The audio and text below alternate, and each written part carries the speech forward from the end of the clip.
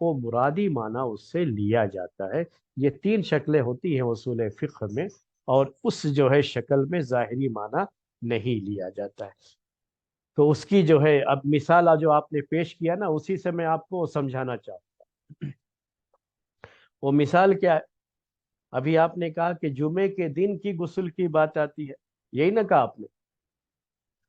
تو وہ تو جمعے کے جی بعد شیخ، بھی ہو سکتا ہے، جمعے کی نماز سے اس کا تعلق نہیں ہے، یہ آپ کہنا چاہ رہے ہیں۔ تو جی حدیث کے شیخ، الفاظ میں آپ کو پڑھ کے سناتا ہوں۔ حدیث کے الفاظ کیا ہے کہ غسل یوم الجمعتی، غسل یوم الجمعتی واجب، یہی الفاظ اسی سے کہتے ہیں۔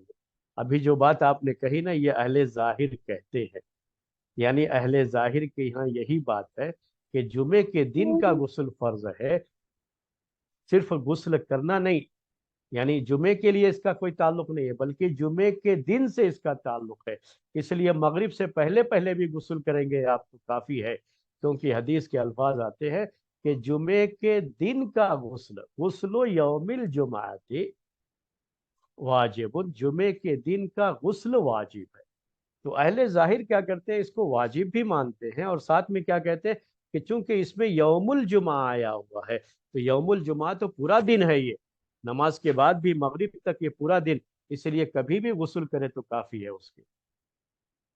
لیکن یہ ہے کہ دوسری جو احادیث ہے یہ اس کے خلاف بات ہے۔ اس حدیث کو سمجھنے کے لیے ہم کو دوسری احادیث کو بھی تو سامنے رکھنا پڑے گا۔ جو ابھی ہم نے آپ سے کہا کہ ظاہری معنی ہم نہیں لیتے مراد، تو اس کی ایک شکل کیا ہوتی ہے کہ دوسری حدیث یا آیت میں اس طرح کی بات آئی ہوئی ہوگی۔ تو دوسری حدیثوں میں یہ بات بڑی کلیئر ہے کہ آپ نے جمعے کی نماز کے وقت آنے کے وقت کی غسل کی بات یہ کی ہے کہ جمعے کی نماز سے پہلے۔ دوسری حدیثوں میں یہ بات بڑی کلیئر ہے کہ یہ حکم آپ نے صحابہ کو اس وجہ سے دیا تھا کہ جب وہ جمعے کے لیے آتے تھے تو جو ہے وہ کھیتوں وغیرہ میں کام کیے ہوئے ہوتے تھے، پسینہ ہوا تھا، وہی کپڑا پہن کے آتے تھے۔ وہ جو گیدرنگ ہے جمعے کی، تو ان کے بدن سے جو بو آتی تھی پسینے کی، تو ظاہر سی بات ہے کہ اس ماحول کے لیے وہ چیز اتنی پسندیدہ نہیں تھی، تو آپ نے کہا کہ جو ہے وہ غسل کر کے آیا تھا۔ تو اس غسل کا تعلق جمعے کی نماز سے تھا، نہ کہ جمعے کے دن سے تھا۔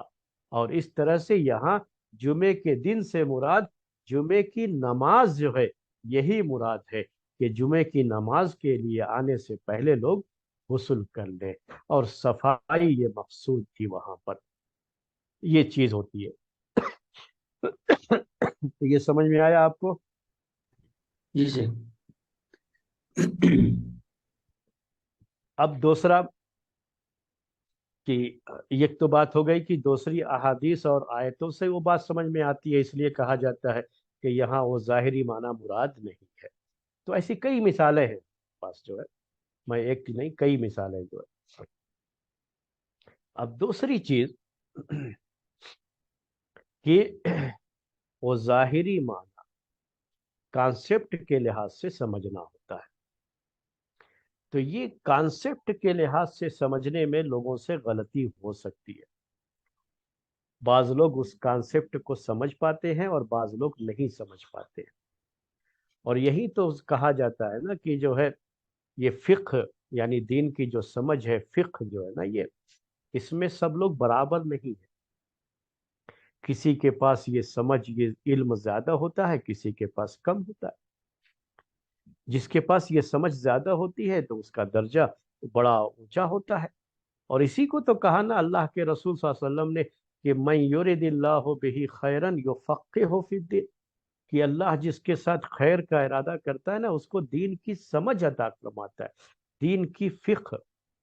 اگر یہ ظاہری معنی ہی ہر جگہ مراد لینا ہوتا تو فقہ کا پھر کوئی معنی ہی نہیں رہ جائے گا نا، کیونکہ آپ سمجھ سکتے ہیں کہ سارے صحابہ، سارے تابعین، اس دور کے لوگ سب عربی جانتے تھے، تو جو بھی پڑھے گا عربی، اب ہم لوگوں کا نا معاملہ یہ ہو سکتا ہے کہ ہم وہ لفظ کا معنی نہ جانتے ہوں، وہ لوگ تو سب جانتے تھے نا اس کا معنی، تو وہ ظاہری معنی تو ہر کوئی جانتا ہے، لیکن یہاں وہ ظاہری معنی مراد نہیں ہے، بلکہ مراد کچھ اور ہے۔ یہ چیز کون سمجھتے ہیں؟ جن کو اللہ تعالیٰ نے زیادہ سمجھ دے رکھی ہوتی ہے، ان کو ان کی نظر وہاں پہنچ جاتی ہے، اور اس میں لوگوں میں فرق ہوتا ہے۔ اب آپ کو اس کی مثال دے رہا ہوں۔ قرآن کی یہ سورہ جو ہے چھوٹی سی، بہت آپ پڑھتے رہتے، اذا جاء نصر اللہ والفتح ورأيت الناس يدخلون في دين الله أفواجا فسبح بحمد ربك واستغفره إنه كان توابا۔ پڑھتے رہتے ہیں کہ نہیں؟ آپ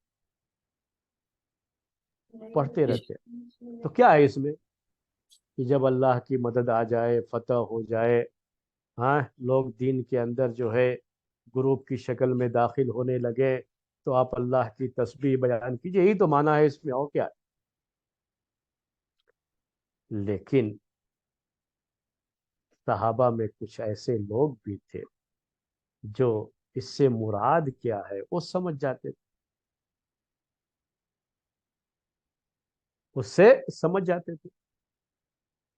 تو عمر بن خطاب رضی اللہ تعالیٰ عنہ کے دور خلافت میں یہ بات سامنے آئی کہ عبداللہ بن عباس رضی اللہ تعالیٰ عنہما کو جو بڑے بڑے صحابہ تھے نا، ان کی مجلس میں بیٹھتے تھے تو ان کے ساتھ ان کو بھی بیٹھا لیتے تھے، جو کہ ابھی نوجوان صحابی تھے۔ تو بعض بڑی عمر کے صحابہ کو تھوڑا اعتراض تھا اس کے اوپر کہ یہ ہماری بچوں کی عمر کے ہیں، ہمارے بچوں کی عمر کے، ان کو کیوں بیٹھایا جاتا ہے؟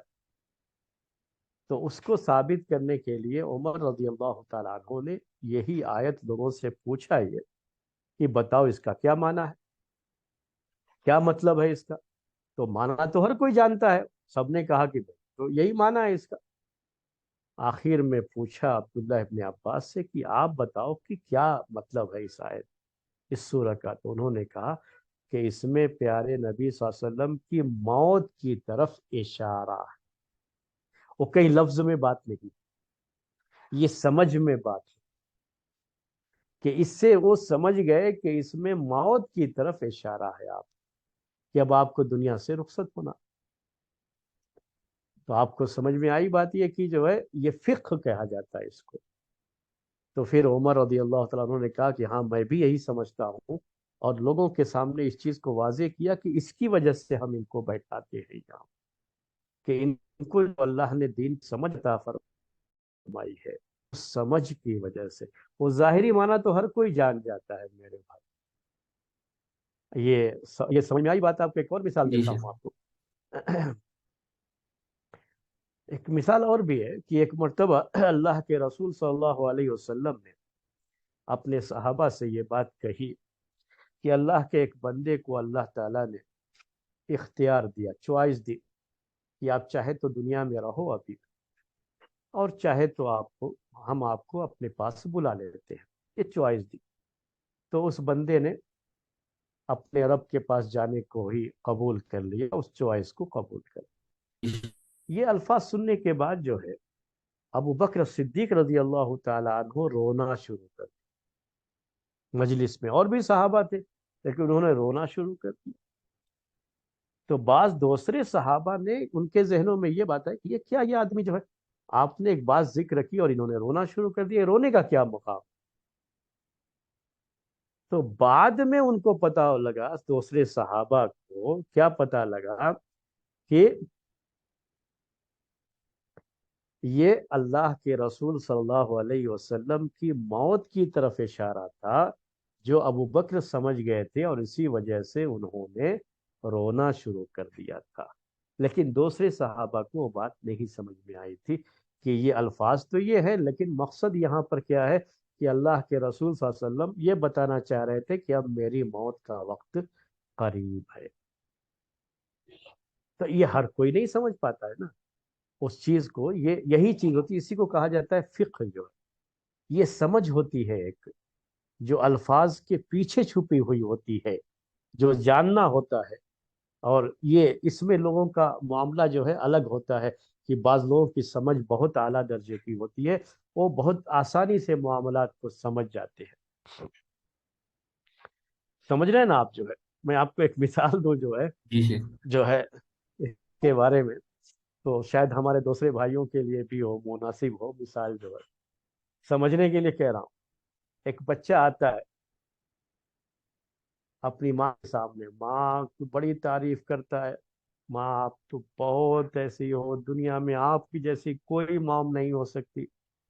تو ماں بولتی ہے، بیٹا کتنے پیسے چاہیے بولو، کتنے پیسوں کی ضرورت ہے بولو۔ مطلب کیا ہے؟ اور ماں اس بات کو سمجھ رہی ہے کہ بیٹا میری تعریف نہیں کر رہا ہے، بلکہ بیٹے کو کچھ پیسوں کی ضرورت ہے۔ سمجھ رہے ہیں بات؟ لیکن ہر ماں نہیں سمجھتی نا اس کو، ہر ماں تو اس کو نہیں جان سکتی نا۔ تو ایسا ہوتا ہے کہ آپ جو ہے کوئی کانسیپٹ جو ہوتا ہے اس کے ذریعے سے بات سمجھ میں آ جاتی ہے کہ ان کا مقصد کچھ اور ہے، الفاظ کچھ اور نکل رہے ہیں لیکن مقصد کچھ اور ہے۔ تو جہاں کانسیپٹ سے بات سمجھ میں آتی ہے نا، تو وہاں وہ بات کہہ دی جاتی ہے کہ یہاں ظاہری معنی مراد نہیں ہے۔ ٹھیک ہے؟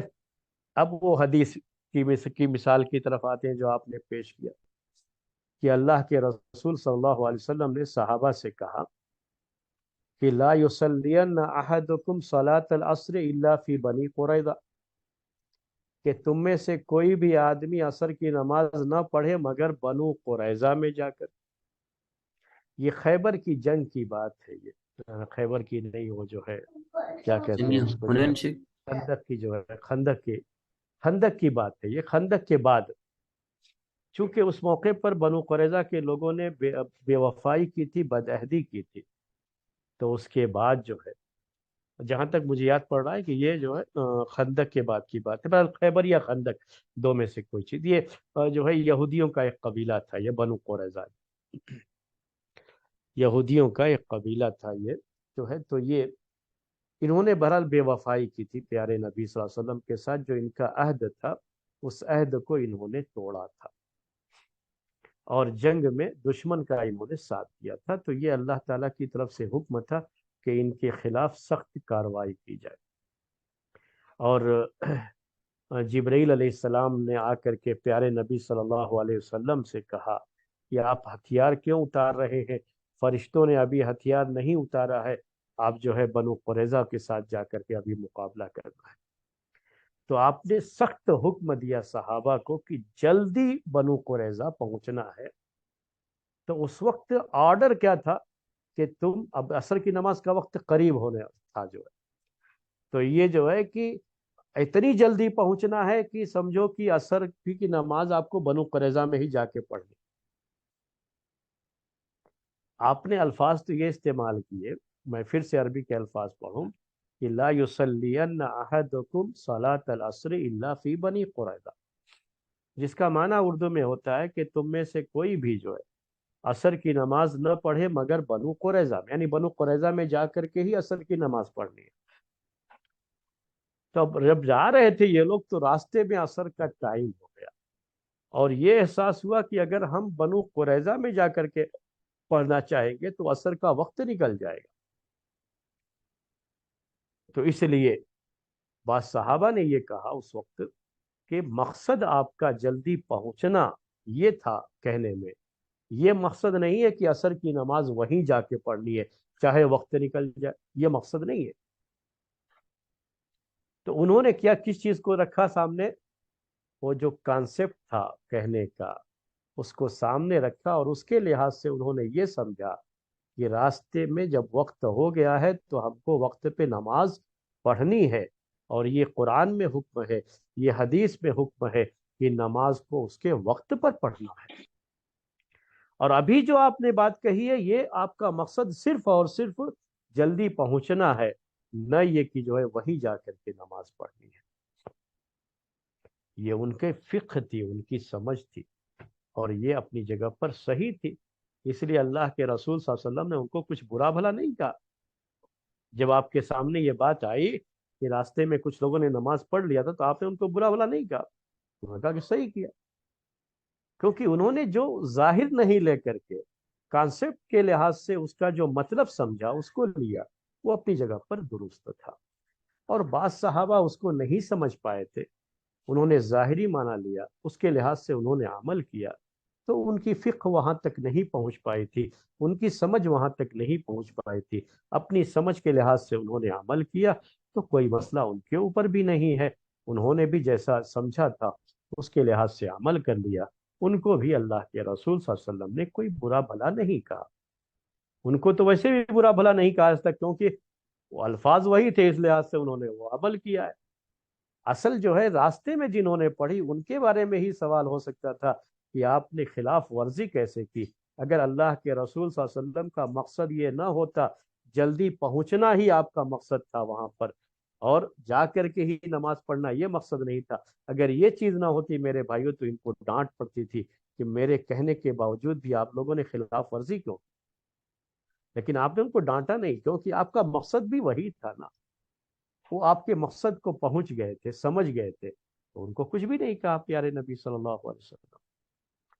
تو یہ جو ہے بات تھی میرے بھائی جو ہے، ہاں، جہاں پر کسی آیت یا حدیث کو اس کا ظاہری معنی مراد لینا ممکن نہ ہو، تو وہاں پر پھر تعویل کرنی پڑتی ہے۔ اس کی مثال پیش کرتا ہوں آپ، پھر وہاں اس کا ظاہری معنی مراد نہیں لیا جاتا ہے، یہ بالکل جو ہے اصول فقہ میں یہ بات بہت کلیئر انداز میں ہے۔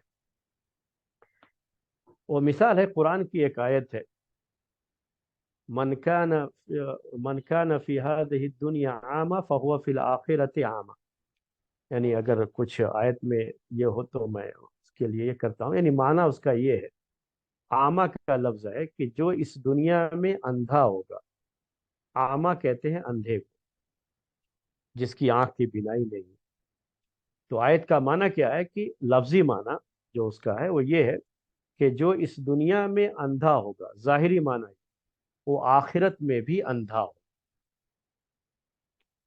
تو اب دنیا میں جس کی آنکھ نہیں ہے وہ چاہے کتنا بھی جو ہے نیک ہو، وہ آخرت میں ایسے ہی رہے گا،